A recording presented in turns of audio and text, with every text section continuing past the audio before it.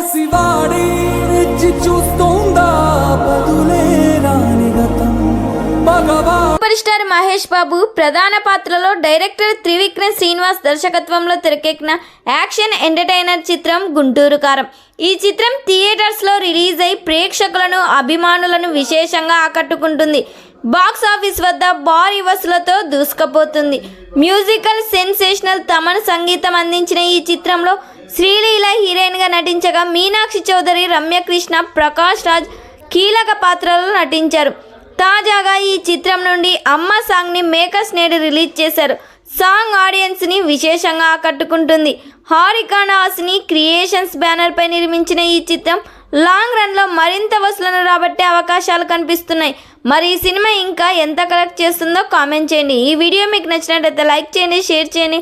మరిన్ని latest update కోసం మా ఛానల్ని సబ్స్క్రైబ్ చేయండి.